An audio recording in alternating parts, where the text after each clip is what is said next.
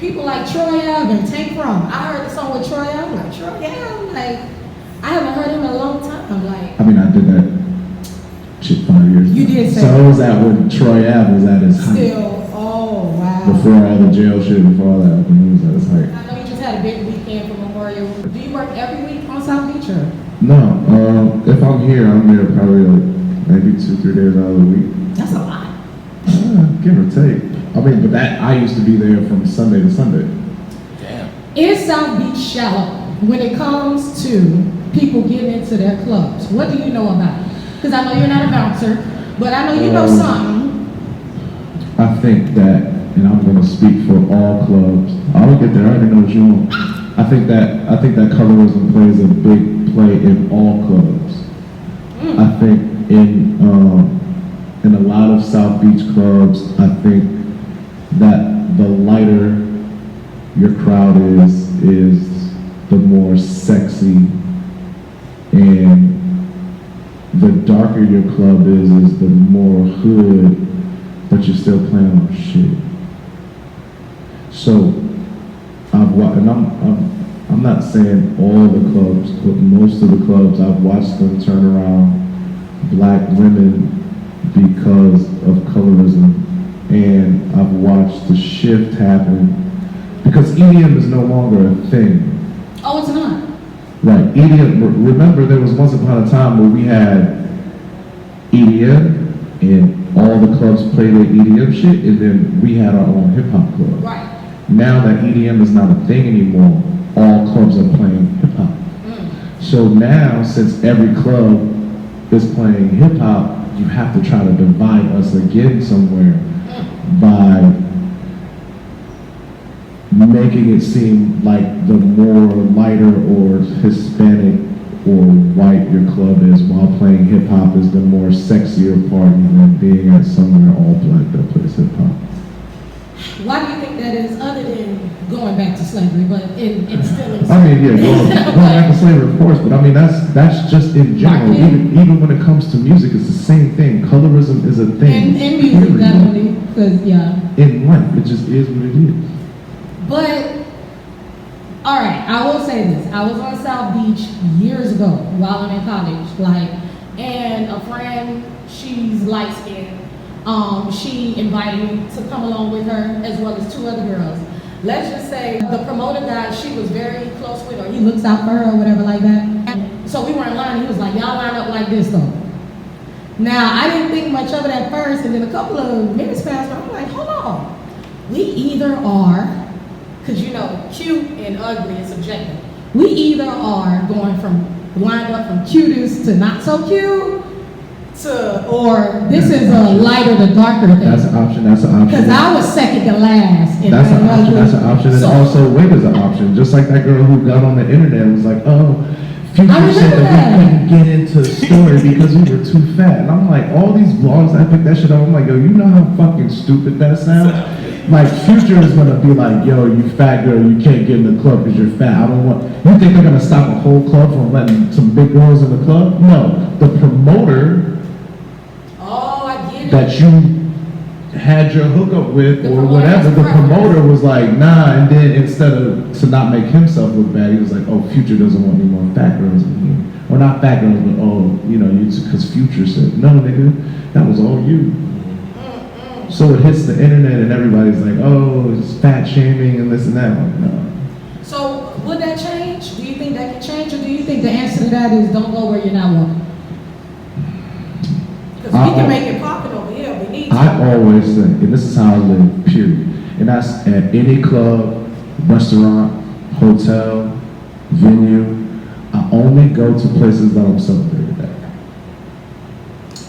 Okay. Now, I have to ask, because we're political a little bit too.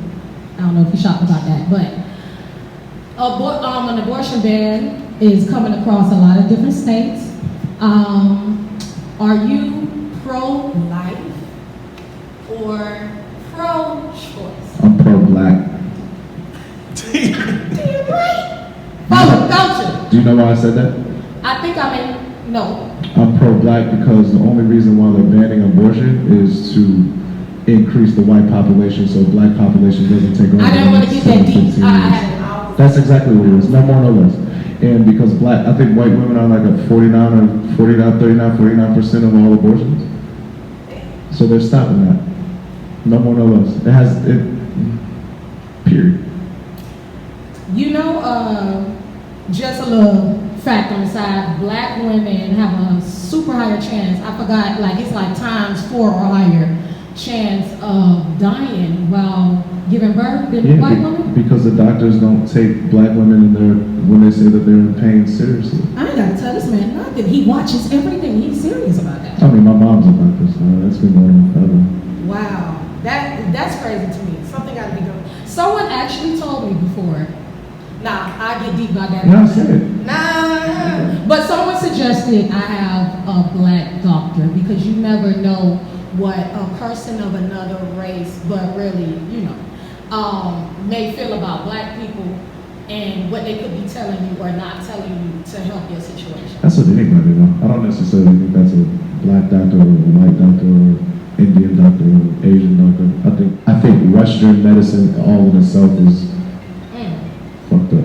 He attacking the medical field, period. So, are you single? Very.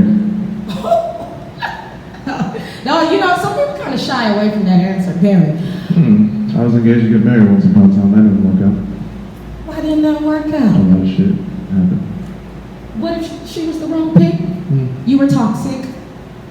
Yeah, well, you wasn't ready. No, I just let... Somebody cheating too much and the other person don't like the cheating. I let them tell their story, and then I say nothing. Okay.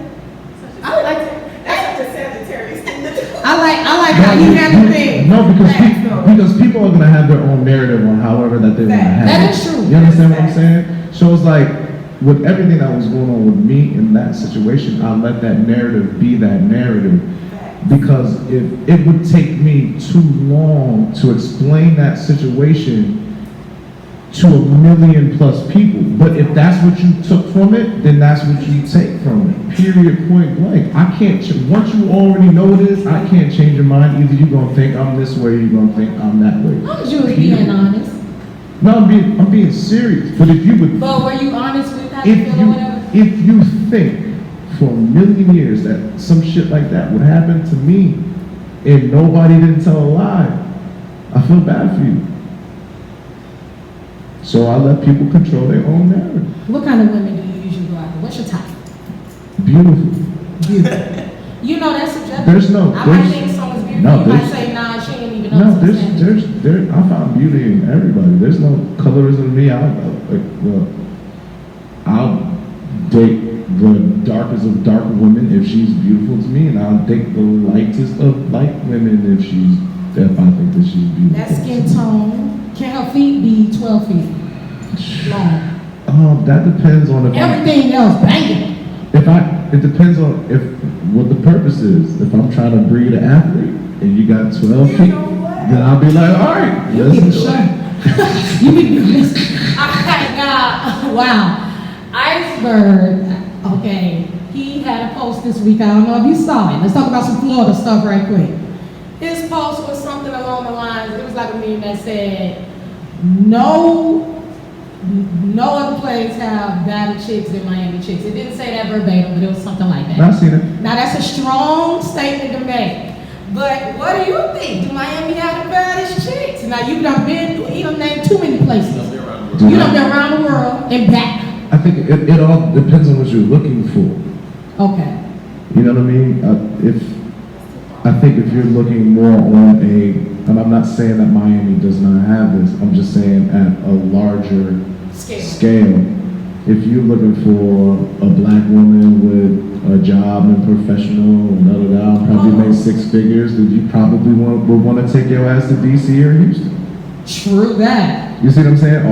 Most of them women out there have government jobs. They making 6 figures. It all depends on what you're looking for. Like when I think of Miami women, I think that you have a diverse culture a lot of different type of women that you have to figure out if you're gonna deal with it or not. Because there's a lot of cultural barriers between whomever you're gonna date if they're not the same culture as you. Just because, like, you're Haitian. Okay. So if I would date a Haitian girl, I don't know much about the Haitian culture, food and You think that's important? Because I think that's important. I think that's important. I think age is important because there's some things that I think age is important because there's some things that we're just not gonna relate to if we 5 to 10 years apart. There's some shit we can't remember. Like, you remember this? You be like, no, nigga, I was 12. We like, oh, he's 25 now. You know what I'm saying? Right? Yeah, I'm not even gonna lie. Like, people that's in the early 20s, like, really? When were they born? Like 2000? There's nothing we can do. They were almost born in 2000. There's nothing that we can do with each other. All we doing is fucking and trying to find a common ground if you're that much younger than me. Oh my God. Okay, but if God said, pick a city that has the baddest women. And I'm not going to be PC with this shit because I'm sitting in front of this camera and I live in Miami. If I had to be 1,000% honest of where I think the baddest women collectively reside, I'm going to pick Houston. Yeah. Okay. I can't argue with that. You spend a lot of time in Houston, or you also see on social media? No, I spend a lot of time in Houston. Okay. In the comments, I will say Houston was competition for Miami, because of course he's a Miami artist, so a lot of Miami people were on it. But even Miami people, some of them might have even mentioned Houston. Who else was in comment? Cali, but I don't care about Cali. Cali is fake. It depends on where you going in Cali. Let's not judge a whole state. Okay, you're right, because sometimes a homegrown Cali girl, she already look like she mixed with everything from Mexico and Cali's about almost half the size of the west coast of this country, right? Let's not generalize a whole state because of what you see on Instagram. That could be LA. No, since we was younger, the little movies and stuff. I just play. You know they got fake noses and all that. Anyway, all right. Looks like we got rap. Where we at, an hour? Now, okay, tell us what you have. Okay, we heard about your artists that you represent. Yep. Now, we talked about your tape that you put out with a gang of artists on the heavy hitters that you guys should check out. It's definitely Summer Vibes. Okay. Oh, but it is for summer. It's for summer. So what else do you have planned this year? Because you was, I don't know, you was in LA looking like you're doing big stuff. I may or may not have a record with Sweetie Pie and the City Girls. I may or may not have a record with Young Dolph. Exclusive. I may or may not have a record with a lot of people. Okay. But at this point, what I do is, even though I have some records with artists and I've given them to my artists, I may or may not have a record with Chris Brown and Wale. Ooh, both of them. We need that. No, that's gonna come. How does a person that feels he has talent and has what it takes to be in the industry, how do they get an A&R like you to get your attention? You just have to be serious about your craft. Like, if it's what you want to do, then put your money where your mouth is and do what the fuck you gotta do. You know what I mean? So it's like, I've been doing this for a long time. So, I mean, there was times where I was broke and they had shit. And there was times where I had to make a lot of sacrifices and do a lot of shit for free. And there was a lot of times, like, even with that, that Wolf of South Beach album that you had, I spent almost 90s, a little bit over $90,000. It wasn't to put out a body of music for people to listen to. It was for me to understand the music business. I would have paid that going to school. So, that is true. Which developed into, having a label deal and doing Soap, which is my consulting company, and a bunch of other shit. And now you can't take advantage of me for knowing the music business. So, know the music business. Fucking spend your money, do what you do, and don't get discouraged, because shit take time and shit take years. Even with the song I did with Trey Songz, Ty Dolla $ign, and Tory Lanez, like, nigga, it took me 2 years. As a matter of fact, no, that record's 2.5 years old. First off, I just put it out 3 months ago, and it took me another 2 years to even get a verse from Trey. Because people aren't coming coming together anymore, right? They like just sitting there. It's not that. It's everybody got shit to do. Yeah. So if you got shit to do, you working on your own project. You doing this. You doing that. You doing this. You doing that. You doing this. Like I say, you have. I'm keen to follow. Like you followed up with me. I'm keen to follow up with it. Like that's just how the music business goes. Like it is what it is. So follow up on everything every day. Well, you schooled me a lot today, but Young OG Millennium. we're gonna go. We're gonna go ahead and wrap this Do up. you see yourself doing another project with DJ Khaled? Do I see myself doing another project with Khaled? Yeah. How'd you know I did a project with Khaled? Did you know that?